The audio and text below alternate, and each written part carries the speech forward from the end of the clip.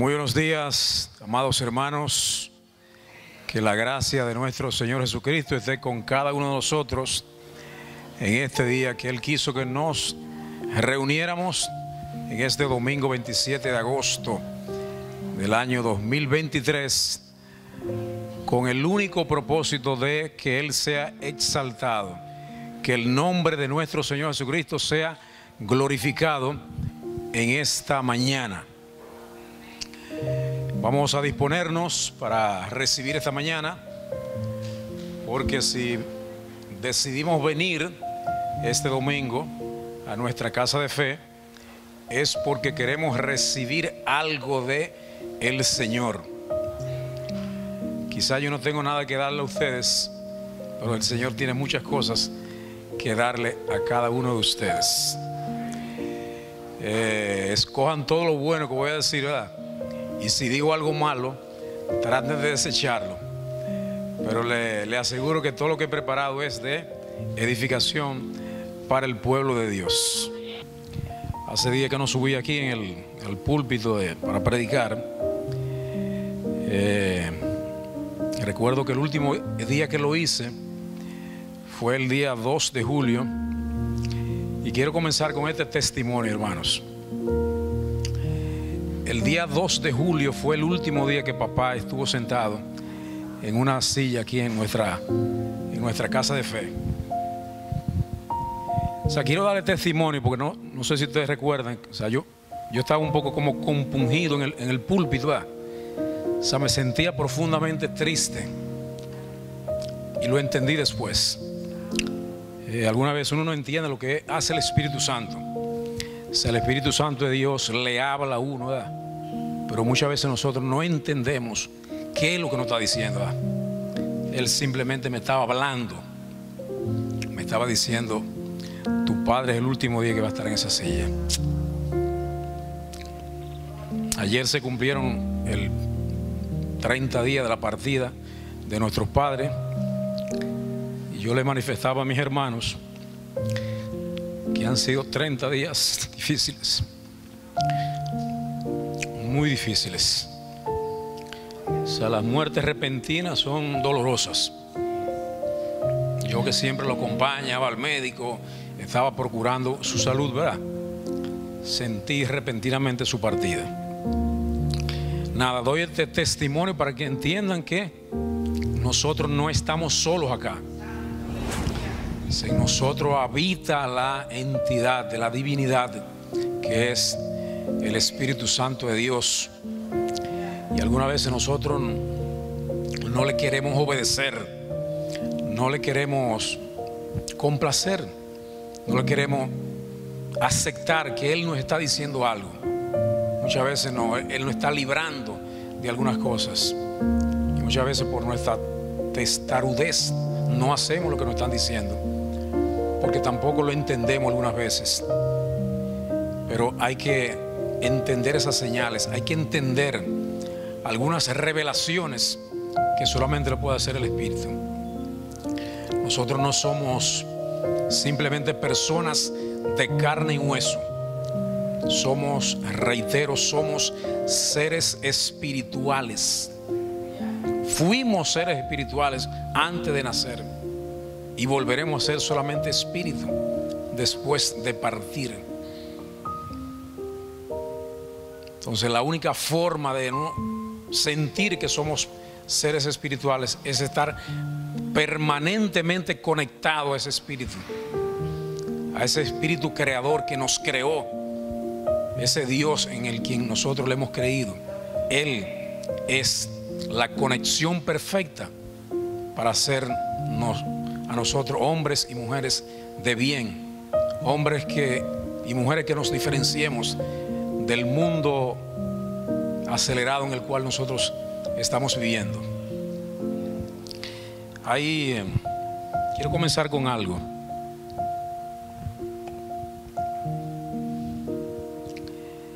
Quiero comenzar con algo diciendo que voy a hablar hoy acerca de un tema, no sé si lo pusieron por ahí ya. Dios nos libró de la muerte por medio de Cristo. Y alguna vez entendemos perfectamente la muerte física, ¿verdad?, que tanto el dolor nos produce cuando nos separamos del ser amado, el ser querido. Pero tienen que entender, hermanos, que hay 3 tipos de muertes.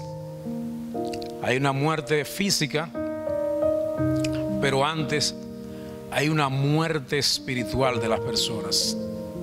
Las personas que se desconectan de Dios están muertas espiritualmente. Usted lo ve caminando, lo ve corriendo, lo ve trabajando, haciendo todas las cosas que hace una persona que está viva. Pero si usted está desconectado de Dios, usted está muerto espiritualmente. Y cuando nos apartamos de Dios, simplemente es que queremos complacer a nuestra alma que está ávida de hacer cosas en este mundo. Y la gente, cuando ha aceptado a Dios a Jesucristo como su Señor y su Salvador, simplemente que quiere apartarse de ese mundo, ese mundo que a mucha gente le crea muchas satisfacciones, pero para lo que hemos creído en Cristo, ya ese mundo no nos genera esas satisfacciones.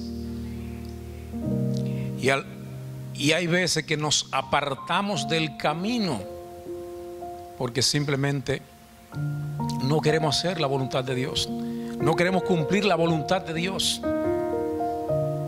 Y en el fondo nos avergonzamos, o sea, nos alejamos de Dios, porque en el fondo su conciencia le grita que lo que usted está haciendo no es agradable a Dios.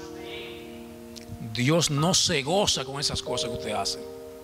Dios simplemente entristece al Espíritu Santo, pero es una tristeza buena, ¿verdad? Hay 2 tipos de tristeza. Es la tristeza buena que nos compunge, una tristeza que nos acerca más a Dios, porque Dios es el único que nos puede consolar en momentos donde el hombre, el amigo, el familiar, ninguna persona puede consolarnos. Solamente Dios puede consolarnos en esos momentos de angustia. Entonces el mundo actualmente vive una muerte espiritual. El mundo está muerto espiritualmente. Decidió apartar a Dios de su camino y hacer su voluntad. Entonces ese gran grupo de personas, que yo no sé cuáles son, pero que simplemente están muertos espiritualmente, apartados de la gracia de Dios. ¿Quiénes de ustedes están muertos espiritualmente? Siempre me gusta hacer preguntas. Hay una técnica de enseñanza que consiste en hacer preguntas, pero no necesariamente tener la respuesta de los oyentes, sino para que usted se cuestione a sí mismo: ¿estoy vivo espiritualmente o estoy muerto espiritualmente? ¿Estoy aquí aparentando que estoy congregado?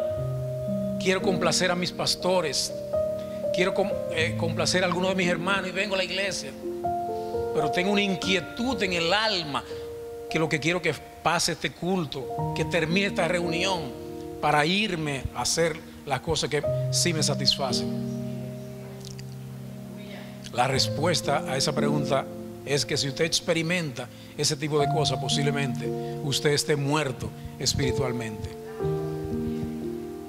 Y la otro tipo de muerte es la muerte física.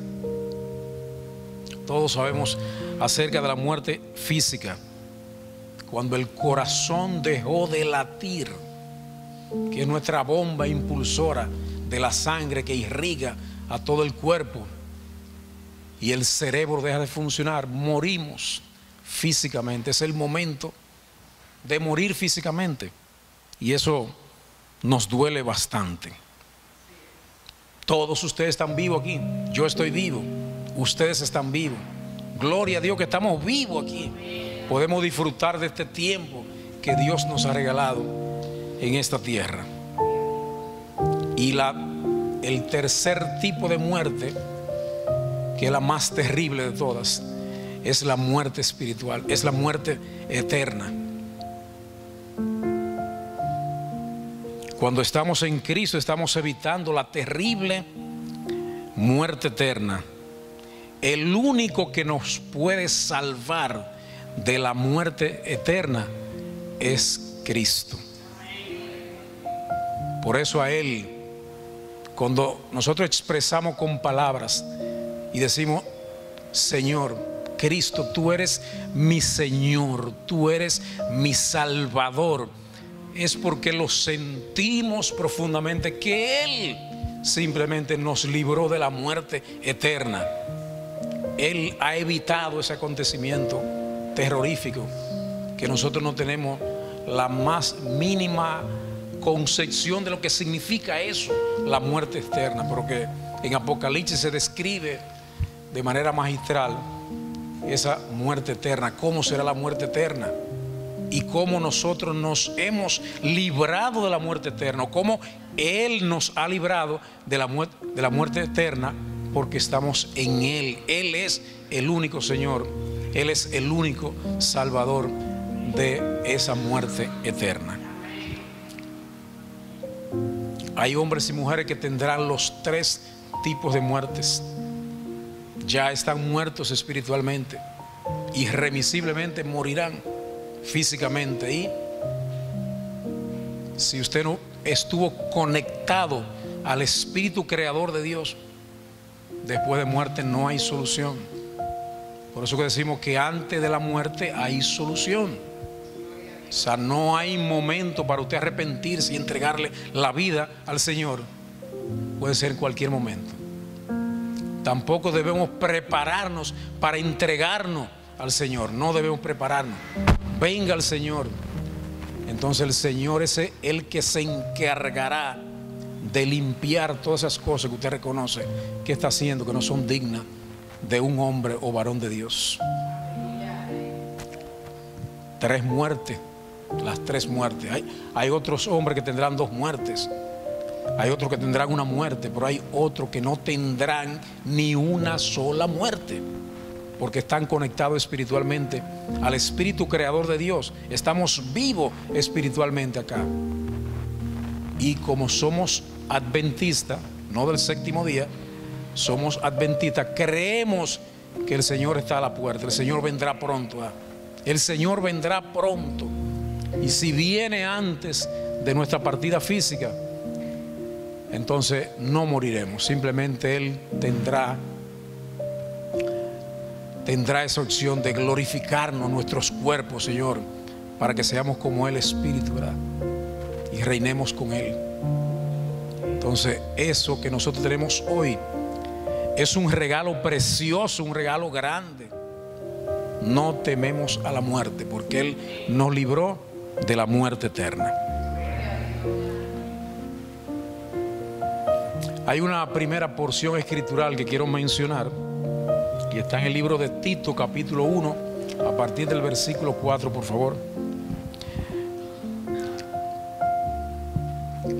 La voy a leer de la versión Dios habla hoy, a partir del versículo 4. Y para ponernos en contexto, Tito es usted. Piense que usted es Tito. Yo soy Tito, usted puede ser Tito, hembra o varón. Piense que usted es Tito. Tito era uno de los alumnos, discípulos aventajados de Pablo. Pablo tuvo muchos hijos espirituales. Entonces Tito era uno de ellos. Entonces la Biblia en el Nuevo Testamento le dedica un libro a Tito. Timoteo también fue otro hijo ejemplar espiritual de Pablo. Lucas, entre otros, muchos están ahí en la Biblia. Entonces Pablo le escribe esta carta a Tito y le dice: a Tito, verdadero hijo en la fe común a los dos, la fe que tenían en común Tito y Pablo, que Dios nuestro Padre y Jesucristo nuestro Salvador derramen su gracia y su paz sobre ti. Ese es un saludo muy... Y la Biblia está llena de esos saludos de paz. ¿Por qué Dios, por qué Jesucristo, por qué sus discípulos siempre hablaban de paz? La paz es un bien inmaterial, un bien espiritual que viene de Dios. Porque Dios sabe que una mente donde no hay paz, ¿qué es lo que hay? Confusión. La paz es lo contrario a la confusión. Paz mental, confusión mental. En una mente confusa, cualquier cosa puede ocurrírsele, cualquier pensamiento puede llegar. No es capaz de procesar los pensamientos, no es capaz simplemente de moldear su conducta. Entonces la paz es un regalo precioso de Dios. Entonces por eso no sé, paz. Yo siempre saludo en eso. Paz y gracia, ¿verdad?, de nuestro Señor Jesucristo. Cuando usted le digan eso, a usted le han dado un gran regalo. Le están deseando paz y gracia. Entonces el versículo 5 dice: cuando te dejé en la isla de Creta, lo hice para que arreglaras lo que quedaba por arreglar, y para que en cada pueblo nombraras ancianos de la iglesia de acuerdo con lo que yo te encargué. Creta es una isla en la antigua Grecia que todavía existe, ¿verdad? Que había una comunidad creciente de cristianos en el siglo I, ¿verdad? Todo esto es del siglo I. El versículo 6 dice: un anciano, atención anciano, aquí hay anciano, ¿verdad? Un anciano, no de años, sino de la casa de fe. Un anciano debe llevar una vida irreprochable. Debe ser esposo de una sola mujer. Y sus hijos deben ser creyentes y no estar acusados de mala conducta o de ser rebeldes. Pues el que preside la comunidad está encargado de las cosas de Dios. Y por eso es necesario que lleve una vida irreprochable. No debe ser terco ni de mal genio. No debe ser borracho, ni amigo de peleas, ni desear ganancias malavidas. Al contrario, siempre debe estar dispuesto a hospedar gente en su casa y debe ser un hombre de bien, de buen juicio, justo, santo y disciplinado. Debe apegarse al verdadero mensaje que se le enseñó, para que también pueda animar a otros con la sana enseñanza y convencer a los que contradicen. Entonces lo voy a dejar ahí para retomar más adelante esa parte. Toda la escritura está llena de cómo mantenerse en el camino del Señor.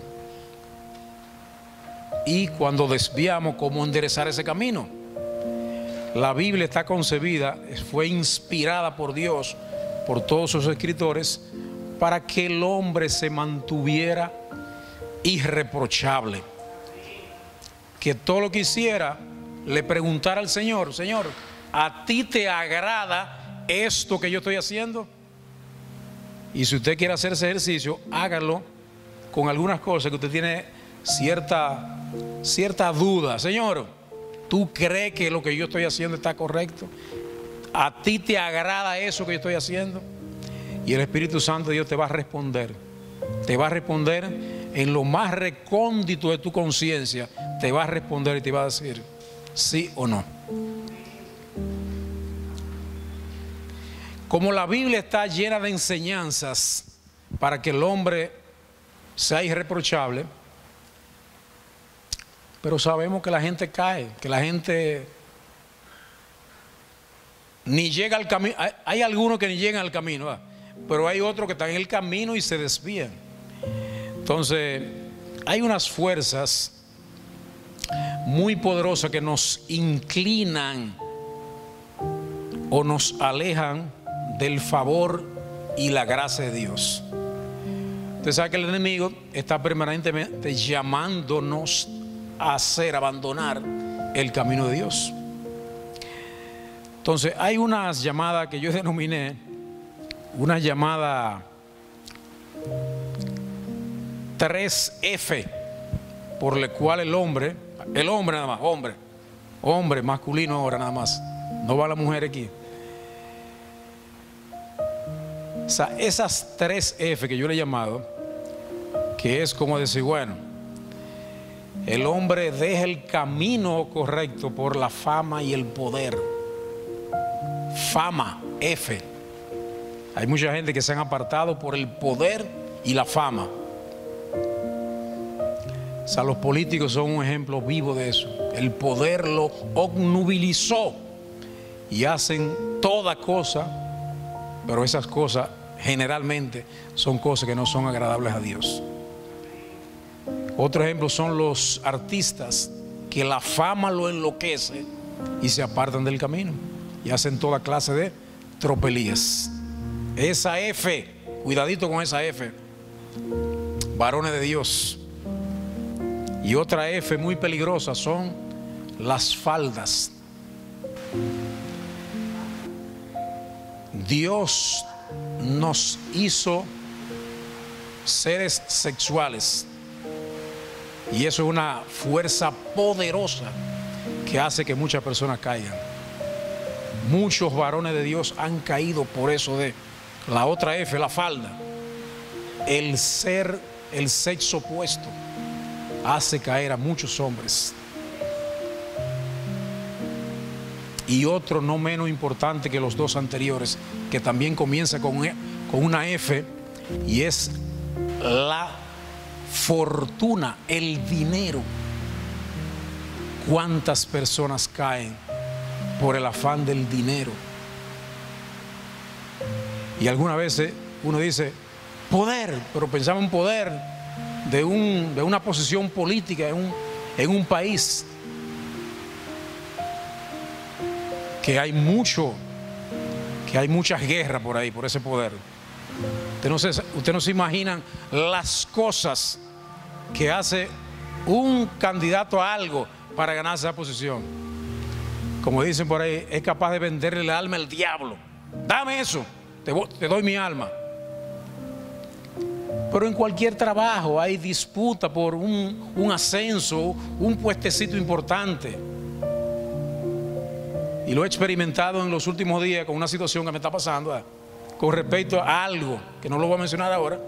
Pero Dios mío, cuántas contradicciones, cuánta hipocresía de personas que te dicen por delante una cosa y por allá comenta totalmente lo contrario de lo que están diciendo. Pero yo no te estoy diciendo que tú me hagas ningún tipo de agrado. Yo no quiero agrado. ¿Por qué tú me agradas y de espalda entonces dice lo contrario? No me agrade. O sea, no estoy buscando eso. Entonces esa lucha de poder, de posiciones, hace que mucha gente caiga en la vanidad, en la necedad. Y eso es algo extraordinario. ¿No es cierto lo que estoy diciendo? Esa 3F para los varones y esas 3P, atención mujeres, las 3P para las mujeres son 3P que son de la misma naturaleza que la primera, ¿verdad? A las mujeres la deslumbra el poder. Si un hombre tiene una posición de poder, deslumbra a las mujeres. Y es difícil zafarse de eso una mujer cuando un hombre de poder le insinúa cosas. Es difícil zafarse. Tiene que ser una mujer que tenga bien puesta la falda y los pantalones, ¿verdad? Para que se salga de esa situación. El poder deslumbra a las mujeres, igual que los pantalones. Esa es la otra P. Los pantalones es el sexo opuesto, ¿verdad? que es tan difícil zafarse de eso. Y la otra P es la plata. La plata, el hombre adinerado deslumbra a las mujeres. Se le presenta frente a su casa con un jipetón del año, ¿verdad?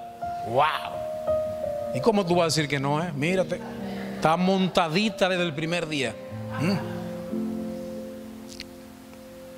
Estas tres variables, FF, PP, presten la atención, que alguno de nosotros en algún momento de nuestras vidas ha tenido situaciones de esta naturaleza. Si usted hombre, que hay pocos hombres aquí, ¿es así? O usted mujer no ha pasado por alguna de estas situaciones, yo lo voy a felicitar, porque todos en un momento determinado no han pasado circunstancias que esas tres F o esas tres P han sido motivo de muchos dolores de cabeza, de muchos contratiempos, de muchas dificultades, de mucho sufrimiento.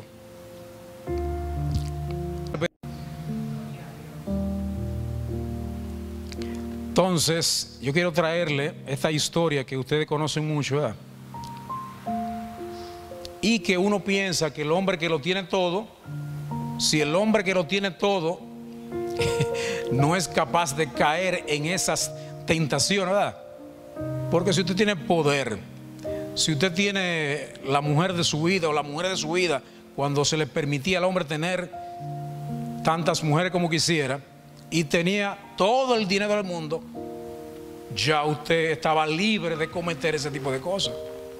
Pero no, el hombre en su vanidad de su mente, ¿verdad? No queda satisfecho cuando tiene supuestamente todo cubierto.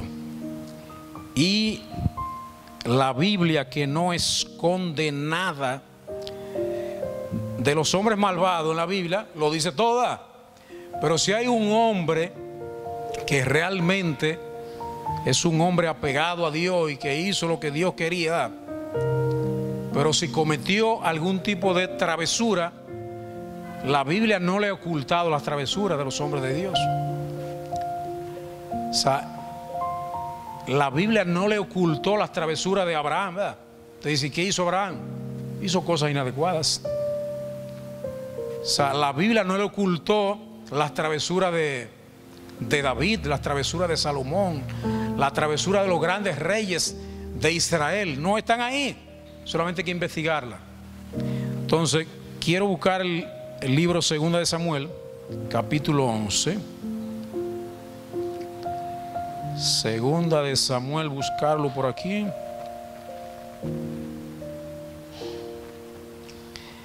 En el capítulo 11, que ustedes conocen, ¿verdad que sí? Lo conocen, ese libro, la historia de David y Betsabé. Capítulo 1, versículo 1, estamos en el capítulo 11. Esta es una historia digna de reflexión con respecto a lo que estoy hablando en el día de hoy. Y dice así, vamos a leer a partir del versículo 2, dice: una tarde, al levantarse David de su cama y pasearse por la azotea del palacio real, vio desde allí una mujer muy hermosa que se estaba bañando. Imagínense cómo se bañaba la gente. ¿Cómo se bañaba la gente? En un baño en su casa, no en un río, un arroyito, ¿eh? Y el que se baña generalmente está desnudo. Imagínate, vio a una mujer desnuda y hermosa que estaba bañando. Esta mujer estaba apenas purificando de su periodo menstrual. David mandó que averiguaran quién era ella y le dijeron que era Betsabé, hija de Elián y esposa de Urías elitita. David ordenó entonces a unos mensajeros que se la trajeran y se acostó con ella, después de lo cual ella volvió a su casa. Ahí está la primera F.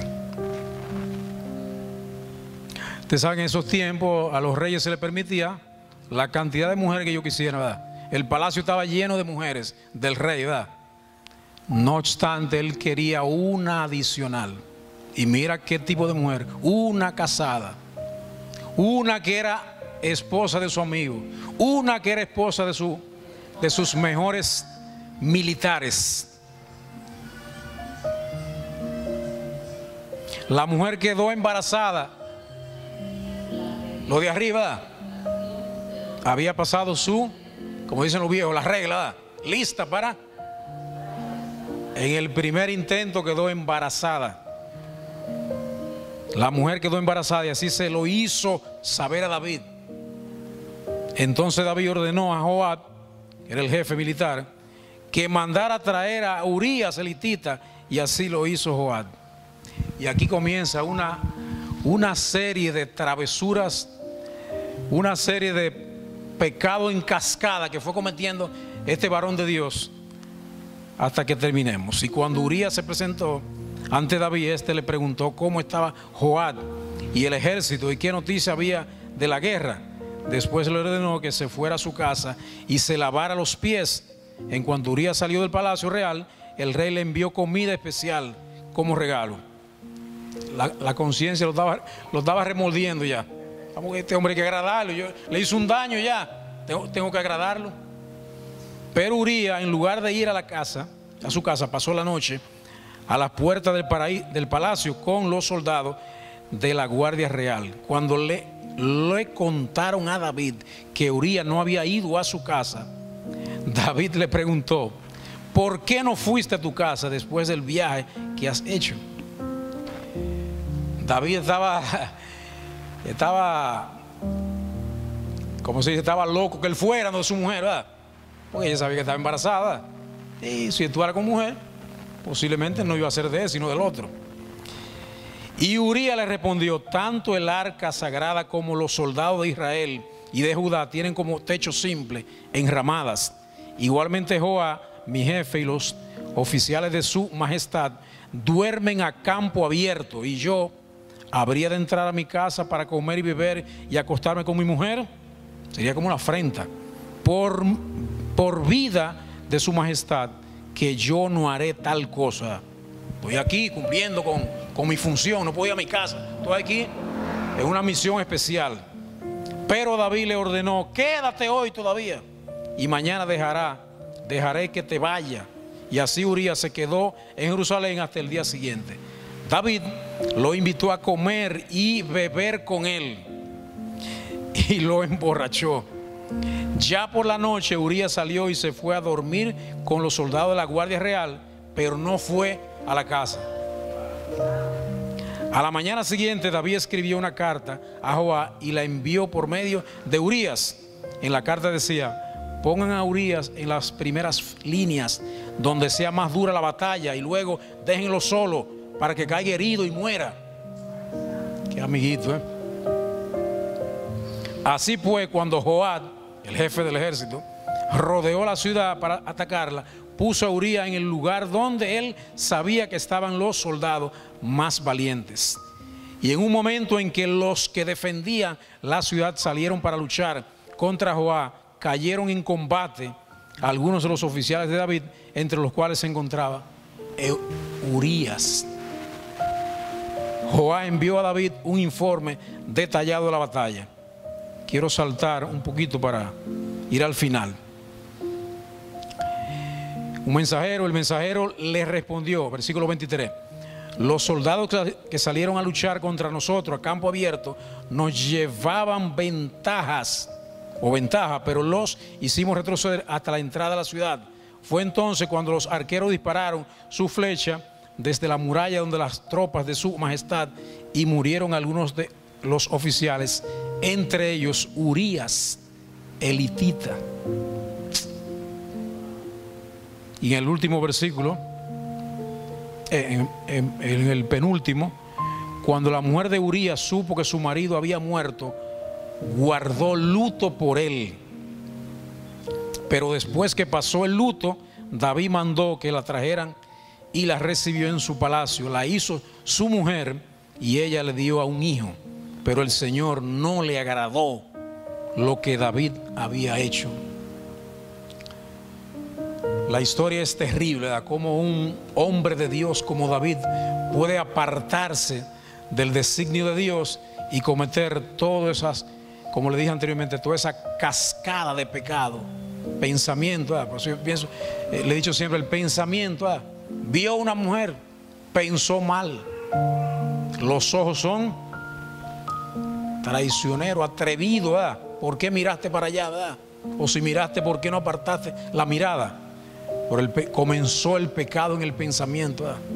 Y luego materializó mandando a buscar a esa mujer sabiendo que era la esposa de su amigo y su militar. La embarazó. Pretendió ocultar el embarazo mandando al esposo para que le embarazara. No pudo. Ya cuando no pudo, con todo ese tipo de argumentaciones, lo mandó a la guerra para que lo matasen, ¿verdad? Para ocultar ese tipo de cosas. Y finalmente cuando muere la hace su esposa. Recuerden que quedó embarazada. Pero Dios no le agradó nada de eso de David, a pesar de que lo había favorecido con ponerlo en eminencia como rey de Israel. No obstante, este varón, pensando que todavía podía engañar a Dios, llamó al profeta de Israel, Natán, para que lo aconsejara. Y Natán, que el profeta está inspirado en Dios. Ven, Natán, ven, ayúdame, que estoy en una situación. Y Natán comienza en el capítulo 12 de Segunda de Samuel y le dice lo siguiente: el Señor envió al profeta Natán a ver a David. Cuando Natán se presentó ante él, le dijo: en una ciudad había dos hombres, uno era rico y el otro era pobre. El profeta le comienza diciendo esta historia. El rico tenía gran cantidad de ovejas y vacas, pero el pobre no tenía más que una ovejita que había comprado, y él mismo la crió, y la ovejita creció en compañía suya y de sus hijos. Comía de su misma comida, bebía en su mismo vaso y dormía en su pecho. Aquel hombre la quería como una hija. Un día un viajero llegó a visitar al hombre rico, pero este no quiso matar ninguna de sus ovejas o vacas para preparar comida a su visitante, sino que le quitó al hombre pobre su ovejita y la preparó para dársela al que había llegado.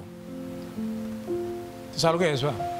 Aquel que lo tiene todo, tiene cientos de ovejas, no es capaz de tomar una de sus ovejitas, sino que prefiere quitarle a aquel que tiene una sola ovejita y matarle y dejarlo sin nada. David enfureció, como dirían dramatizando eso. David se enfureció cuando escuchó aquella historia mucho contra aquel hombre, y le dijo a Natán: te juro por Dios que quien ha hecho tal cosa merece la muerte y debe pagar 4 veces el valor de la ovejita, porque actuó sin mostrar ninguna compasión, ninguna misericordia. Escuchen esto ahora. Entonces Natán le dijo: tú eres ese hombre. Me imagino que David quedó frío, pasmado cuando le dijeron: tú eres ese hombre.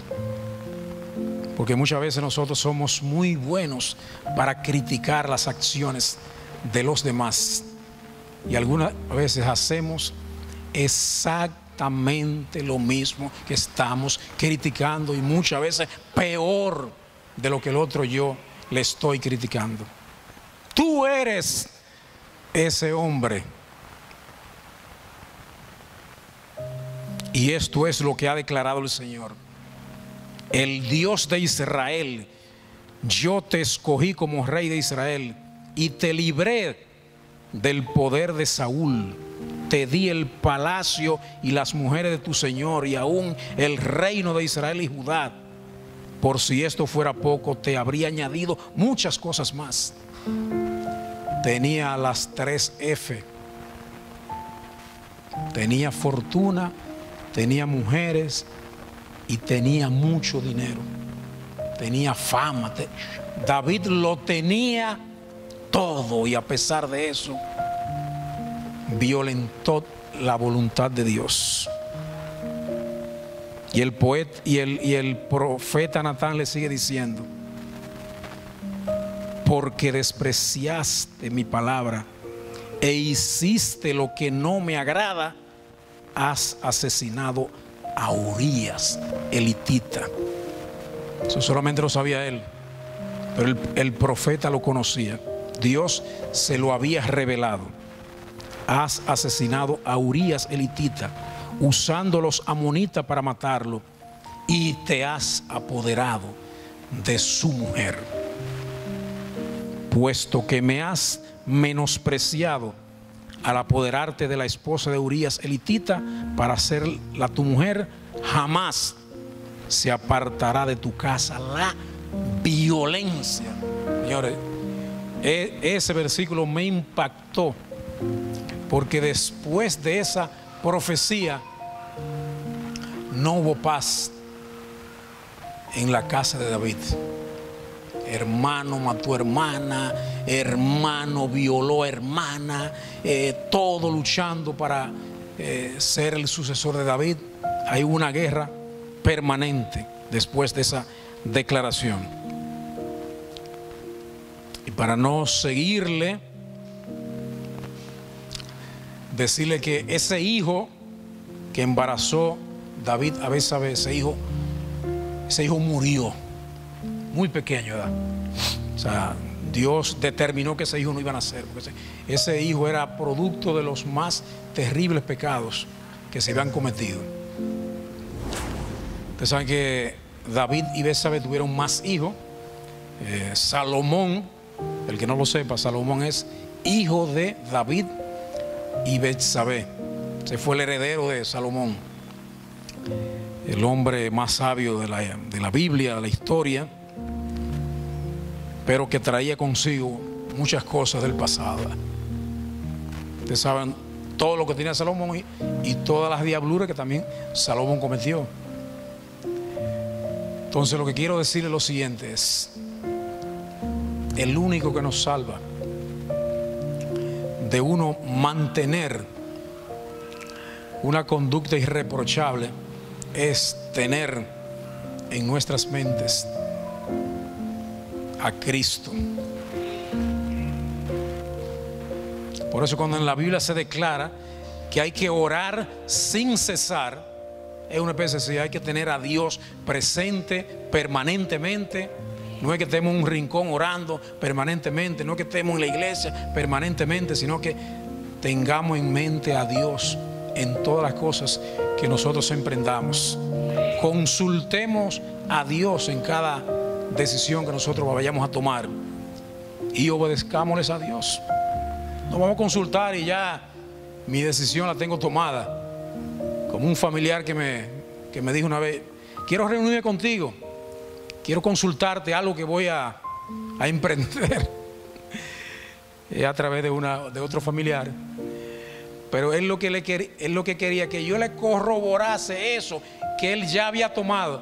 A esa persona nadie lo sacaba de lo que él había determinado. Él estaba buscando gente que le confirmaran que lo que él había determinado era así.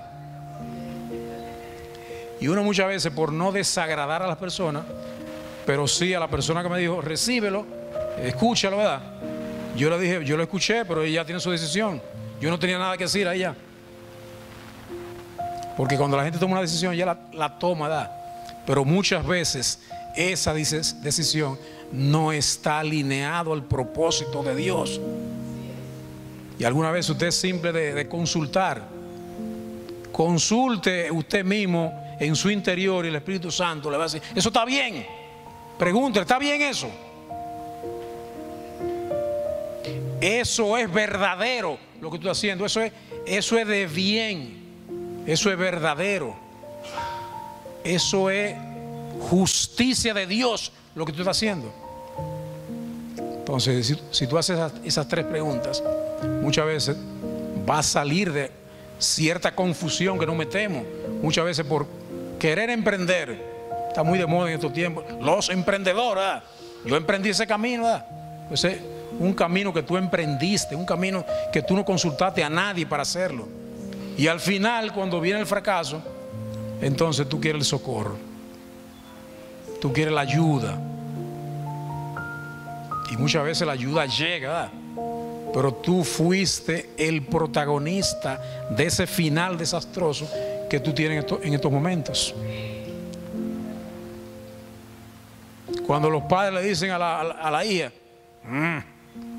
ese muchacho te conviene. ¿Cuántas mujeres se llevan de sus padres al tomar una decisión tan trascendental que significa unirse en matrimonio a otra persona? Hay gente que ve eso muy simple, ¿verdad? Pero unirse en matrimonio a otra persona es una decisión que hay que tomarla con mucho discernimiento, ¿verdad? Ahí está tu felicidad, ¿verdad? Esa puede ser tu felicidad, pero puede ser el martirio de tu vida. Puede ser algo que te cause mucho tropiezo en tu vida. Muchas veces cuando no tomamos una decisión alineada a lo que es el propósito de Dios. Por eso que el matrimonio es una institución de Dios. Solo impuso Dios. Te unirás a tu mujer y tú y ella serán una sola cosa. No dos cosas, sino una sola cosa. ¿Están cansados ya? Todavía. Esto está para largo. Estoy en la mitad más o menos. Para no decirle, como dicen algunos predicadores, que estoy terminando ya. Pero no están terminando. O sea, estoy a la mitad. Entonces hay una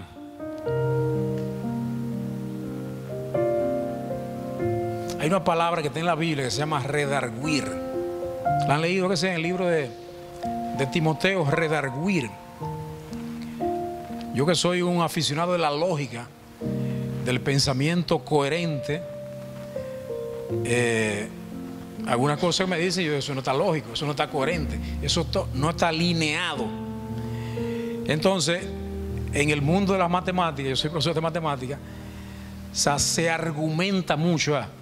Yo digo esto, pero esta afirmación, que generalmente es una hipótesis, tiene que estar sustentada en algo que ya ha sido probado.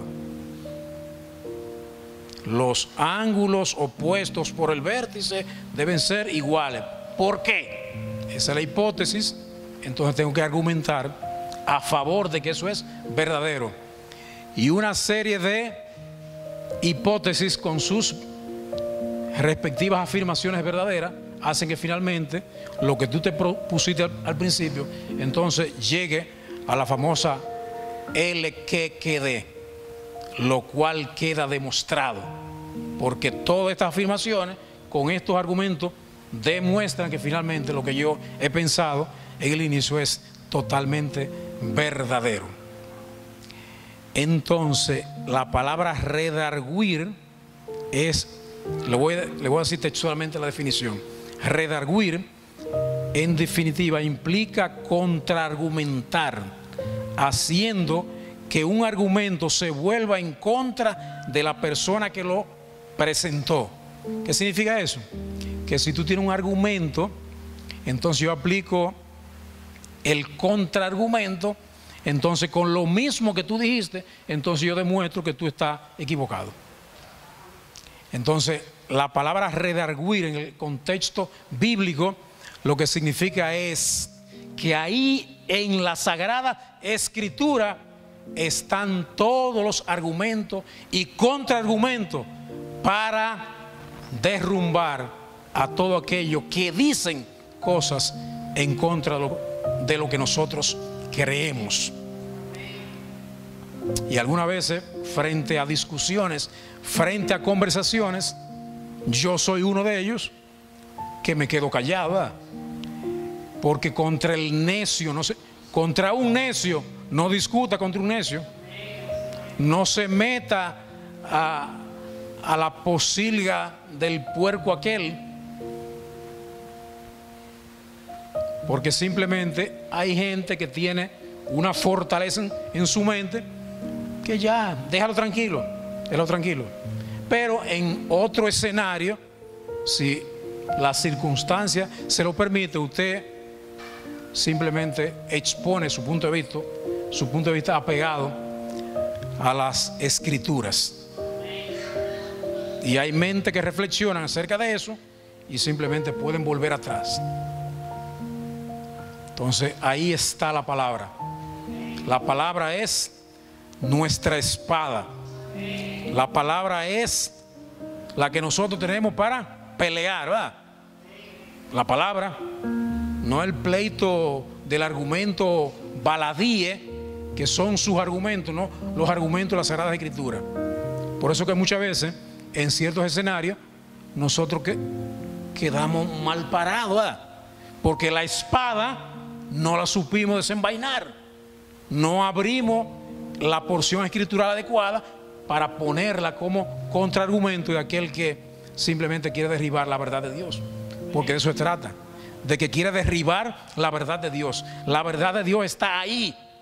Simplemente usted tiene que estudiarla, usted tiene que aprender de ella, porque ahí están todas las verdades ocultas para que usted sea un varón, usted sea una mujer que esté empoderada de el recurso más importante que tiene el cristiano, que es las Sagradas Escrituras. Pónganse de pie, amigos, porque ustedes me dijeron que no estaban cansados, pero sí están cansados ya.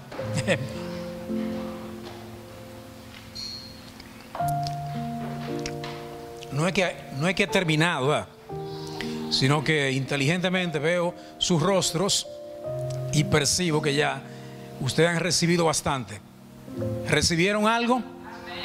Recibieron algo de lo que aquí se enseña, queda en las mentes, en los corazones de cada uno de ustedes, y lo podemos utilizar en alguna circunstancia, en algún escenario en el cual nosotros nos encontramos. Ponga musiquita de fondo, hermano Wilson, ahí. Vamos a orar para que Dios permita que estas palabras no queden en el vacío, sino que sean pequeñas semillas que hemos sembrado en el día de hoy en ese terreno que son ustedes, y que ustedes permitan que ese terreno sea fértil, que ese terreno pueda abrirse y hacer morir esa semilla que hemos sembrado en la mañana de hoy, y que cuando esa semilla muera, entonces pueda comenzar a nacer una nueva plantita, un nuevo hombre, una nueva mujer que saldrá de la tierra, que crecerá, y un día veremos sus frutos. Padre de la gloria, desde mi debilidad que te he pedido que cuando suba al púlpito no exhibirme mi fortaleza, sino en mi debilidad, porque en mi debilidad es que tú me vas a fortalecer.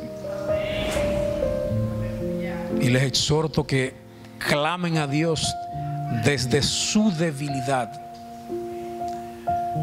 ese caparazón que muchas veces exhibimos como que somos fuertes, como que lo tenemos todo, que somos capaces.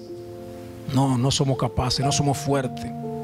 Exclamamos a Dios, exclamamos a nuestro Señor Jesucristo desde nuestra debilidad, y Él nos dará su oportuno socorro.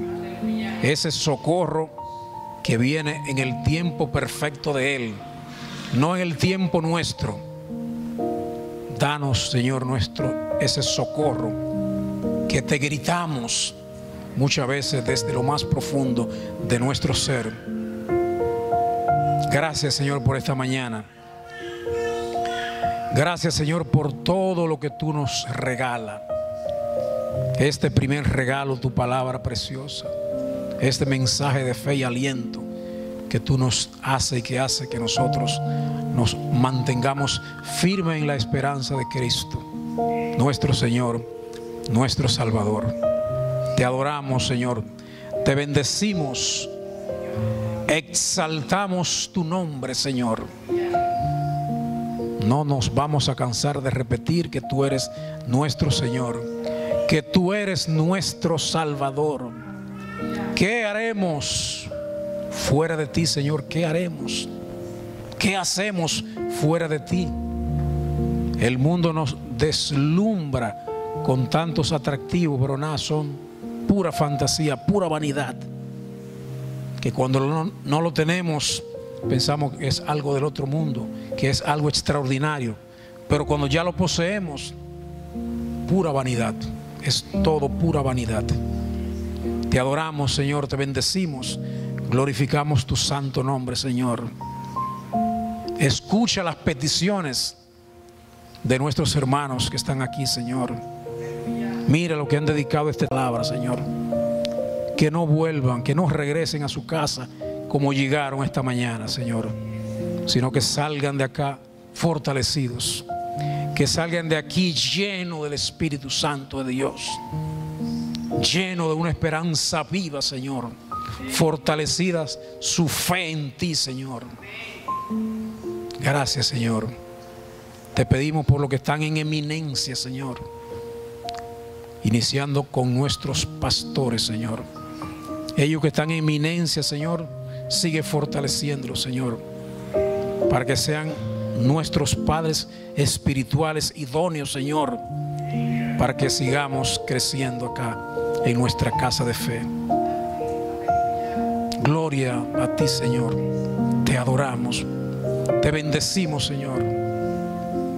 Reitero, escucha las peticiones de lo más profundo de los corazones de cada hermano aquí, desde el más pequeñito al más grande, desde el niño al más adulto, Señor. Escucha sus peticiones. Gracias, Señor, por tantas bendiciones recibidas.